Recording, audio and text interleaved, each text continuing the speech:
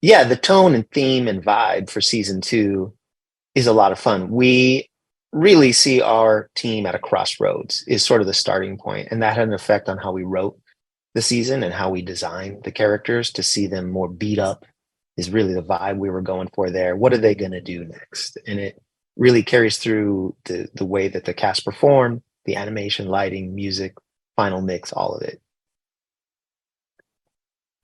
We are going to see several new characters throughout season two. Some that we can't spoil, some that people have seen throughout the trailer, such as Commander Cody and Emperor Palpatine. And of course, Captain Rex, who we saw in season one, also plays a part in season two. And they all are, in a sense, vital to the path that the Bad Batch is taking throughout season two, which, shifts a bit from season one.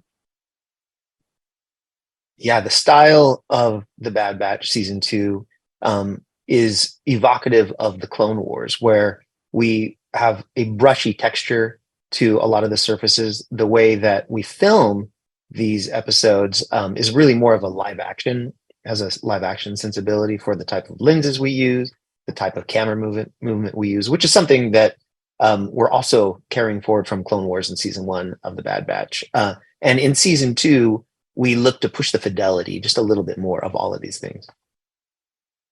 At the beginning of season two, we find the Bad Batch maybe 6 months from the destruction of Tupoka City. And right now, the Empire thinks that they perished in the attack. So they are laying low, staying off the radar. They're a bit more beaten up. Their armor's worn. They're going from gig to gig, just trying to sort of survive and make their way without making too many waves. But of course, because they're the Bad Batch and they always run into trouble and cause a scene, they start to get more on the radar of the Empire as they become more involved in the things going on throughout the galaxy.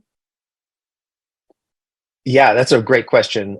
We start the season, not only is a little bit of time passed, but the Bad Batch are essentially still doing missions for Sid. And trying to stay off of the Empire's radar because the Empire doesn't know that they're still alive, and the Bad Batch like that just fine. They want to make sure Omega's safe. They just want to make their way through this galaxy in these very dark times. But some of the decisions that they make end up pulling them closer to the fire. And when we do that, the story really needed to become more serialized. So we start a little bit more episodic, and we become more serialized. And they're both really all the way through the same story from beginning to end affects our characters all the way, but it does become more serialized.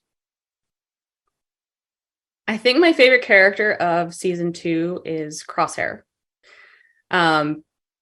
Based off of, where we left him in season one and the fact that he has doubled down with the Empire, I think he is in the middle of a crisis and doesn't really understand where he fits in and what the journey we take him on and his connection with Commander Cody.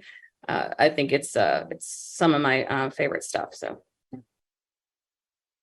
yeah, and I'm going to cheat because I have I have so many favorite characters, but for the Bad Batch, Omega, I just love seeing how she grows in the season, how she learns things, the way that Michelle Ong performs her, all of the discussions we've had with Michelle. It's just such a great thing to see how she, never gives up and has learned all these lessons. And she's has a heart of gold and is a guiding light for all of our team. But also cheating, another answer, Fee Genoa, new character performed by Wanda Sykes. So fun to see how Omega reacts to her, to see how she interacts with the rest of the team. We think the fans are going to really like her. What can fans look forward to this season? Oh, I mean, an eclectic group of episodes that really take the team on a journey and put them through the ringer. And it's fun.